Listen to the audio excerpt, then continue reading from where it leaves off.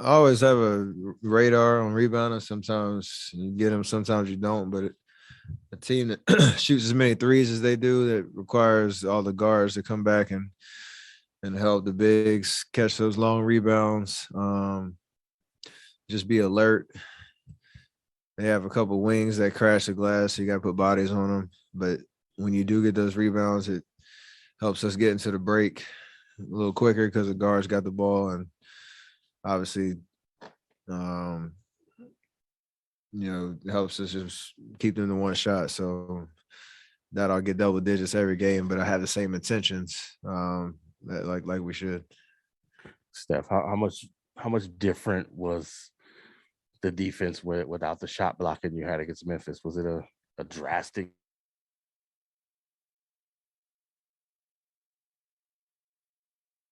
compared to Game 6 of the last? To know, like Powell and Maxi Kleber are different than Steven Adams and Jared Jackson, but they still are a challenge in terms of you don't want to get into a crowd and you don't want to get in positions where you don't have any outlets. And for the most part, we we had a couple possessions in the third quarter where we got in trouble, but for the most part, we were pretty decisive on what we wanted to attack. And once you get into the paint, you do have a couple more options, but you just got to be assertive and decisive on what you're trying to do.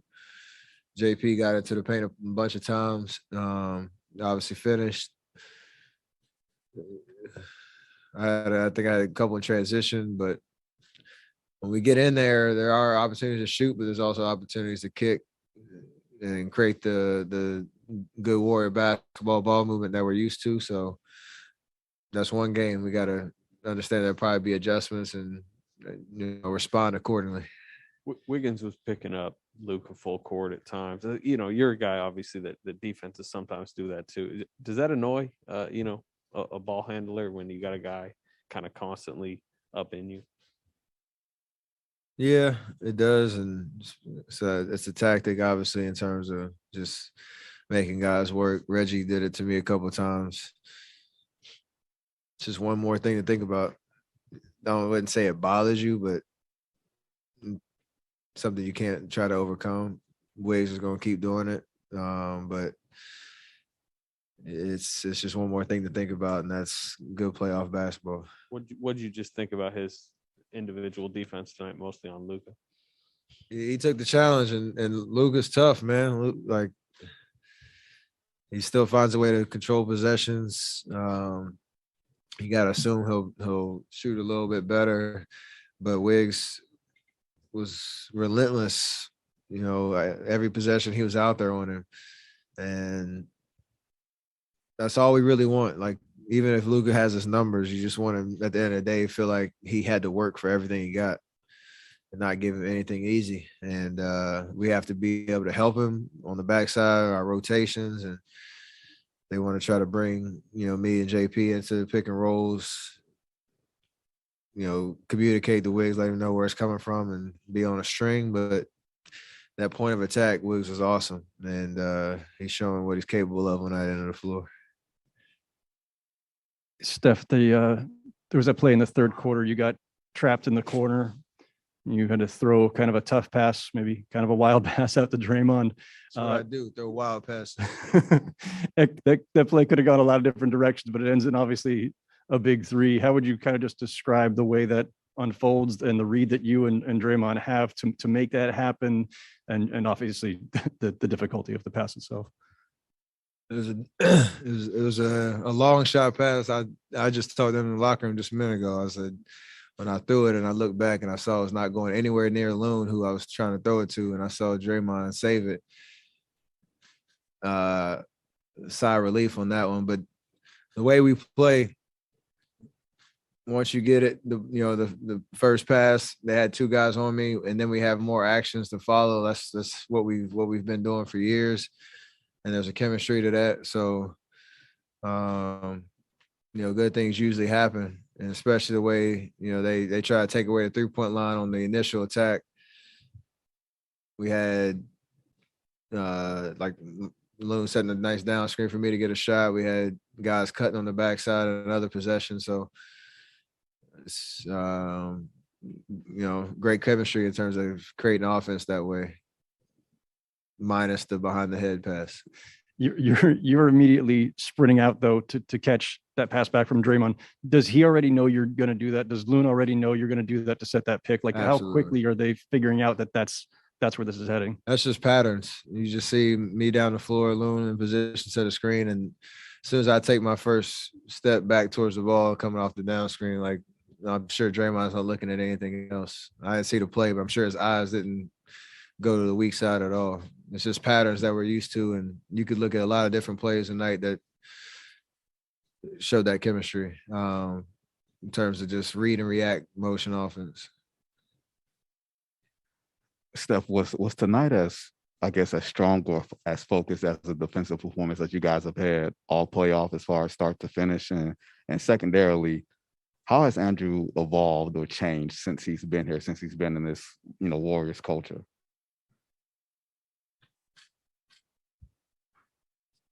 I don't know how to compare the rest other games, other series, but obviously when you get to this stage, you do have to elevate your execution if you want to win, because the competition gets better, and Dallas is tough. So we did a good job with one game. We got to keep doing it over and over and over again. So however you grade the execution, we got to keep leveling up. And Wiggs is understanding the nuances of what winning basketball is and just how to key in on the little things in terms of consistent effort on defense, taking those one-on-one challenges, being aggressive on the offensive end, using his athletic ability to get to the rim if he needs to, confident shooting a three, being comfortable in our offense, to Howard's question. So there's like a lot of different things that he's understanding that this time, in terms of a playoff run, requires to win games, and the joy that comes with that. So it's not like he's out there scoring 30 every night. It's the other things that help you win and the joy that you get out of it. Steph, when you guys play in this building, do you kind of know in the back of your mind that offensive avalanche is coming eventually, whether it's the second, third, or fourth quarter? There's always that confidence. The Memphis series kind of shook us a little bit from time to time, where 3 quarters, 3.5 quarters didn't seem to be clicking. But again, we're all still trying to continue to get better and peak at the right time on both ends of the floor, and we do have the ability to turn it up pretty quickly. You don't want to rely on that and be playing from behind a lot, but it is how we play. And when you have that ability to create separation like we did in the third quarter, it's a fun way to play. You mentioned the Memphis series. Is this series with the difference? Maybe this one this is more mental, where you have to focus on the 5 out. You just can't leave a 3-point shooter, and it's more of that kind of thing than Memphis maybe was physical and aggressiveness. Is that oversimplifying it, or is that the way this feels? A little bit, because there's a lot of nuance to what Memphis did offensively that you had to be aware of. I think this one probably has the potential to be very similar to the last series, where a lot of adjustments from game to game, and you got to be able to react on the fly. Especially in that first quarter, settle into what the flow of the game is, because it's 2 entirely different paces that their comfort zone versus our comfort zone. And you have one guy that can literally dominate a possession if you let him get to spots that he's comfortable with. So that's my best answer for that. Steph, who's the best mid-range shooter on the team?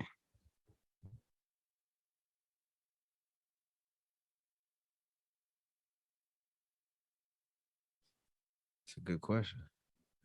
Probably Otto. Do free throws count as mid-range jumpers?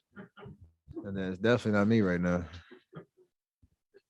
You've talked about like the movement and the passing and that Warriors basketball.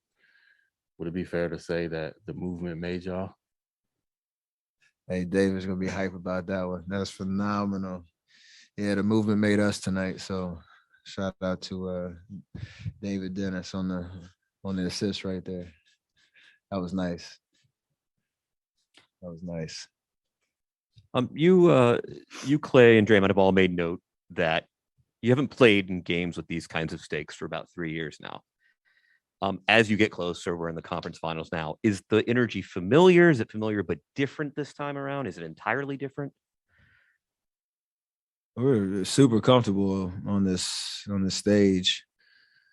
I think it's more so just the understanding that because we've been away for 2 years and this is a different team, there's a sense of urgency of how important.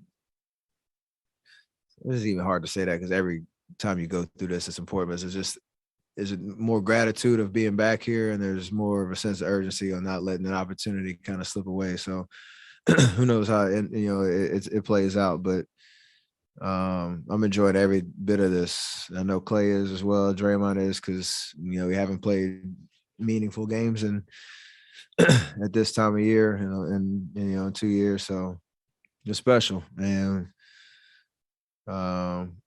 that level of comfort when we're out there, it's shown itself, these last 2 series, and hopefully it'll continue to be a key for us to kind of fall back on that experience of what it means what it takes to win, tough playoff games. You guys strayed away from Looney for a while, tried a bunch of different starting lineups. It has now gotten back to Looney the last couple games. Do you feel like you've rediscovered a little bit kind of who you were during the regular season? He started 80 of the 82 games, and you guys kind of were a defense first unit. Yeah, the regular season's interesting because, like you said, we started off so well, and when Clay came back, things got shuffled around. I got hurt towards the end of the year after Draymond was out for however long he was. He just had a lot of experimenting with starting lineups, and the last 12 games we were trying to find an offensive kind of jump start, and that was a tough decision to pull him out of the starting lineup for that 1 or 2 games, and then he got back in there. So it was necessary, I think, with where we were as a team and the revolving door of who's available.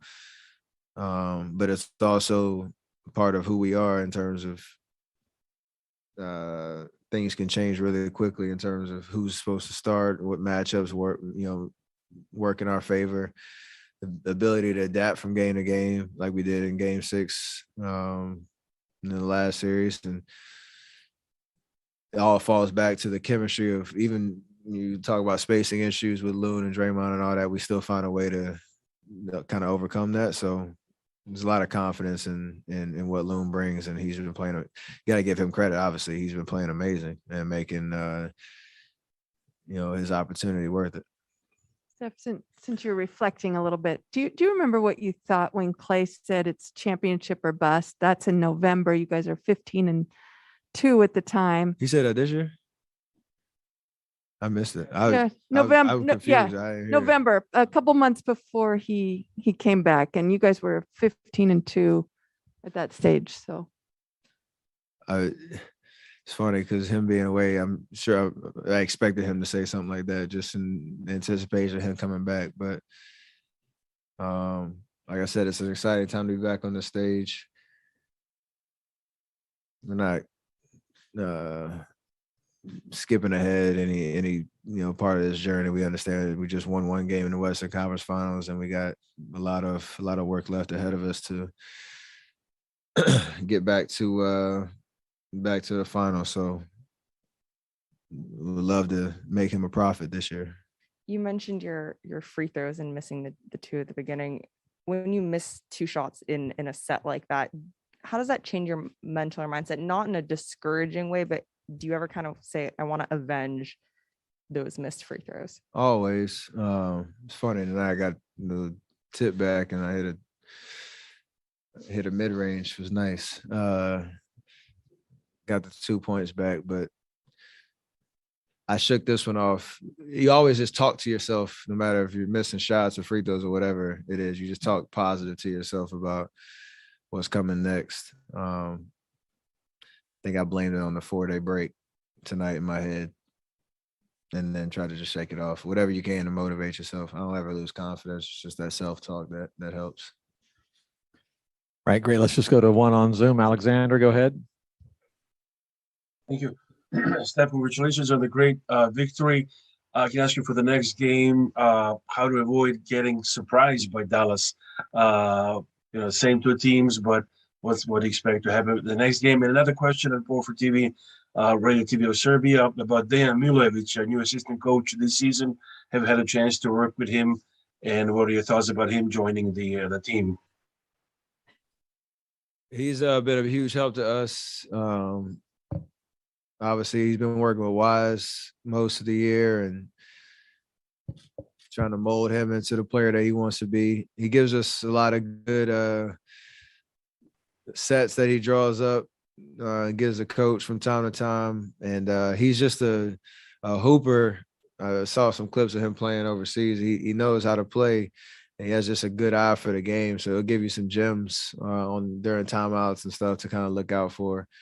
So it's been great to get to know him and his basketball mind. It's been awesome. And we're used to playoff adjustments and game, being prepared and not kind of getting too complacent from game to game because we know we haven't done anything yet. So, you enjoy and celebrate the win. You understand where we could get better tonight, and then you expect them to play better. So we have to elevate our competitiveness and focus to maintain control of the series. Do you feel the home Great. court Thank you, sir. advantage? Appreciate that. So for tomorrow, I believe their media is at noon.